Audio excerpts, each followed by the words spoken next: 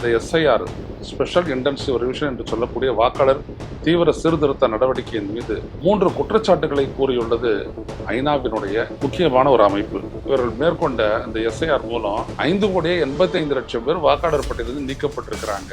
வாக்காளர் பட்டியலில் தாங்கள் இடம்பெற தகுதியானவர்கள் தான் என்பதனை நிரூபிக்கக்கூடிய ஆவணங்களை கொடுப்பதற்கு கூட அவர்களுக்கு உரிய நேரத்தை ஒதுக்கவில்லை. நந்தி கிராம்ன்ற ஒரு சட்டப்பேரவை தொகுதி எடுத்துக்கிட்டு அந்த சட்டப்பேரவை தொகுதியில் இருக்கிற மொத்த முஸ்லீம்களே 25% தான். ஆனா அவங்களையும் நீங்க ரிமூவ் பண்ணிருக்கீங்க. இப்ப ஐநாவுடைய ரிப்போர்ட்டை சொல்லிட்டோம்னா நம்ம நினைக்கிற மாதிரி ஏதாவது நம்ம உட்காந்து எழுதி கொடுத்துட்டு போறதெல்லாம் கிடையாது. எங்களுடைய உச்சநீதிமன்றம் எங்களுக்கு சான்றிதழ் கொடுத்து விட்டது, நீங்க ஒன்றும் கொடுக்க தேவையில்லை அப்படின்ற மாதிரி தேர்தல் ஆணையம் இதை பதில சொல்லியிருக்கு.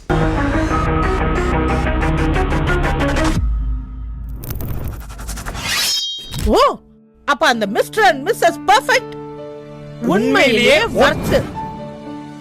நரம்பு தளர்ச்சியிலிருந்து விடுபட்டு உடம்பு ஒரு புது வீரியம் பெற மா நேச்சுரல்ஸோட மிஸ்டர் பர்ஃபெக்ட்டை யூஸ் பண்ணுங்க. வணக்கம் தோழர்களே, ரோசசேல் வாயிலாக இன்று மீண்டும் உங்களை சந்திப்பதில் பெரும் மகிழ்ச்சி அடைகின்றேன். இந்திய தலைமை தேர்தல் ஆணையம் மீது அவர்கள் மேற்கொள்ளக்கூடிய இந்த எஸ்ஐஆர் ஸ்பெஷல் இன்டென்சிவ் ரிவிஷன் என்று சொல்லக்கூடிய வாக்காளர் தீவிர சீர்திருத்த நடவடிக்கையின் மீது 3 குற்றச்சாட்டுகளை கூறியுள்ளது ஐநாவினுடைய முக்கியமான ஒரு அமைப்பு. அது என்ன சொல்கிறது என்றால், நீங்கள் மேற்கொண்ட இந்த எஸ்ஐஆர் அதிலும் வாக்காளர்களை வாக்காளர் பட்டியலில் அவங்களை நீக்குவதற்கு பயன்படுத்தப்பட்ட ஏஐ தொழில்நுட்பம், அது எப்படி பயன்படுத்துறீங்க அப்படின்றத பற்றி எந்த விதமான செய்தியும் கிடையாது. 2வது விஷயம், டாக்குமெண்டேஷன் எல்லாத்தையும் அவங்க நிரூபிக்கணும், தங்களை நிரூபிக்கணும்னு சொல்லி பல டாக்குமெண்ட் எல்லாம் சொல்லியிருக்கேன். அந்த டாக்குமெண்ட்ஸ் பலவும் அவங்ககிட்ட இல்லை. ஆனால் அது நீங்கள் வற்புறுத்தி நீங்கள் பண்ணி ரிமூவ் பண்ணியிருக்கீங்க. 3வது, சிறுபான்மையினர் குறிப்பாக முஸ்லீம்களை குறி வச்சு நீங்கள் வாக்காளர் பட்டியலில் நீக்கியிருக்கீங்க அப்படின்னு 3 குற்றச்சாட்டுகளை சொல்லியிருக்காங்க. யூஎன் ரிப்போர்ட்டர்ஸ் அப்படின்னு சொல்லிட்டு எந்த ஒரு நாட்டில் எப்படிப்பட்ட ஒரு உரிமை மீறல்கள் நடந்தாலும் இப்படி ஐநாவினுடைய ரிப்போர்ட்டர்ஸ் அப்படின்னு சொல்லக்கூடிய அவங்க ஒரு அறிக்கையை கொடுப்பாங்க. அந்த அடிப்படையில் பார்த்தீங்க அப்படின்னா இவங்க சொல்கிறாங்க, இதுவரை தேர்தல் ஆணையம் மேற்கொண்ட 13 மாநிலங்கள், யூனியன் டெரிட்டரி உட்பட 13 மாநிலங்களில் இவர்கள் மேற்கொண்ட இந்த எஸ்ஐஆர் மூலம் 5,85,00,000 பேர் வாக்காளர் பட்டியலிருந்து நீக்கப்பட்டிருக்கிறாங்க. இது இவங்க நீக்கப்பட்ட விதமும், அதை மறுபடியும் அவங்கள நீக்கப்பட்டவர்கள் தங்களுடைய பெயர்களை மறுபடியும் புதுப்பித்து கொண்டு வாக்காளர் பட்டியல் சேர்வதற்காக அளிக்கப்பட்ட நேரமும் ரொம்ப ரொம்ப கம்மி அப்படின்னு சொல்லிட்டு எல்லா விஷயத்தையுமே அவங்க சொல்லியிருக்கிறாங்க. ஆனால் அதை கேட்டுக்கிட்டு நம்மளுடைய தேர்தல் ஆணையம் என்ன சொல்லுது அப்படின்னோம்னா, இது எல்லாமே பார்த்தீங்கன்னா அன்வாரண்டட், தேவையற்றது, அடிப்படையற்றது அப்படின்னு சொல்லிட்டு தேர்தல் ஆணையம் சொல்லுது. அவங்க ஒரு விஷயத்தையும் ஒரு ஆழமாக சொல்கிறாங்க. இந்த கடிதம் முதல்ல இவங்களுடைய இந்த ரிப்போர்ட்ஸ் எப்போ வந்திருக்கணும்னா மே மாதம் 1ஆம் தேதி வந்திருக்கு. தேர்தல் ஆணையம் அப்படியே மறைச்சிருக்குது. இப்போ தான் 2-3 நாளைக்கு முன்னாடி தான் இதை பற்றிய விவரங்களே வெளியில் வருது. அப்படியேப்பட்டதில் அவங்க சொல்கிறாங்க, இதில் முதல்ல நீங்கள் பார்த்தீங்க அப்படின்னோம்னா special reporter on promotion and protection of the right to freedom of opinion and expression and special reporter on freedom of religion and belief and claimed that the SIR process did not give electors a fair window to get the documents in order to prove their eligibility to be in the electoral rolls. வாக்காளர் பட்டியலில் தாங்கள் இடம்பெற தகுதியானவர்கள் தான் என்பதனை நிரூபிக்கக்கூடிய ஆவணங்களை கொடுப்பதற்கு கூட அவர்களுக்கு உரிய நேரத்தை ஒதுக்கவில்லை அப்படின்னு சொல்லியிருக்கிறாங்க. அப்புறம் பார்த்தீங்க அப்படின்னோம்னா அது நம்மளுக்கு தெரிஞ்சது தான் எல்லாமே. அவங்க குறிப்பாக சொல்கிறாங்க, மேற்கு வங்கத்தில் நீங்கள் பண்ண எஸ்ஐஆர் நடவடிக்கையின் போது பல தொகுதிகளில் முஸ்லீம்களுடைய வாக்காளர்கள் கணிசமாக வாக்காளர் பட்டியலிருந்து நீக்கப்பட்டிருக்காங்க அப்படின்னு சொல்லும்போது, நந்தி கிராம்ன்ற ஒரு சட்டப்பேரவை தொகுதி எடுத்துக்கிட்டு அந்த சட்டப்பேரவை தொகுதியில் இருக்கிற மொத்த முஸ்லீம்களே 25% தான். ஆனால் அவங்களையும் நீங்கள் ரிமூவ் பண்ணியிருக்கீங்க. அப்புறம் அவங்க மறுபடியும் சேர வரும்போது அது இல்லை, இது இல்லை, இந்த டாக்குமெண்ட் இல்லை, அந்த பர்த் சர்டிஃபிகேட் இல்லை, ஏதாவது சொல்லி அவங்க நீங்கள் ரிஜெக்ட் பண்ணியிருக்கீங்க அப்படின்ட்டு சும்மா நம்ம என்ன இங்கே ரிப்போர்ட் பண்ணோமோ அதே மாதிரி அந்த ரிப்போர்ட்டர்ஸ், இப்போ ஐநாவுடைய ரிப்போர்ட்டர்ஸ் அப்படின்னோம்னா நம்ம நினைக்கிற மாதிரி ஏதாவது நம்ம உட்காந்து எழுதி கொடுத்துட்டு போகிறதெல்லாம் கிடையாது.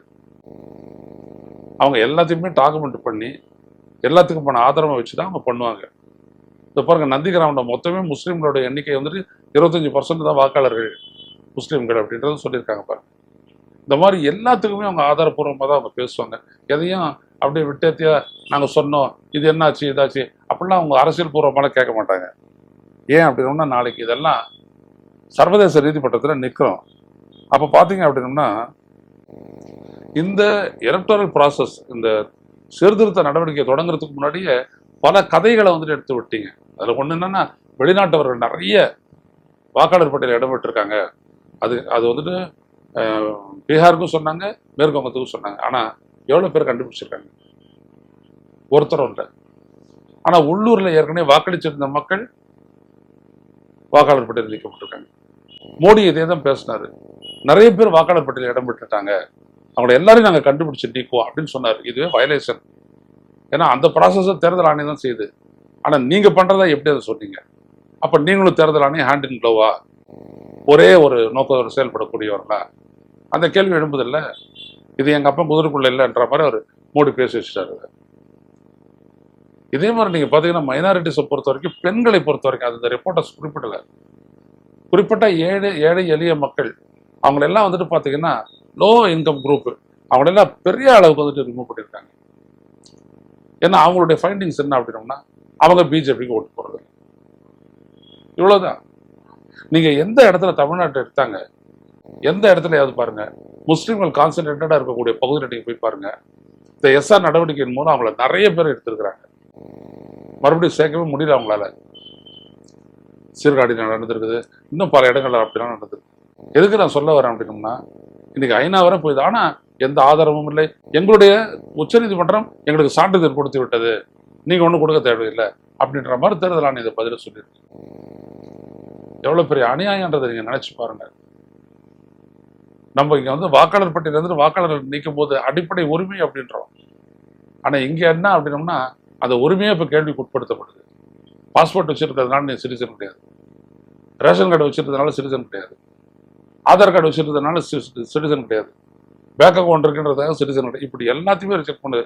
அப்போ எதுதாண்ட சிட்டிசன்றதுக்கான அத்தாட்சி? அதை பற்றியும் மூச்சு பேச்சு இல்லை.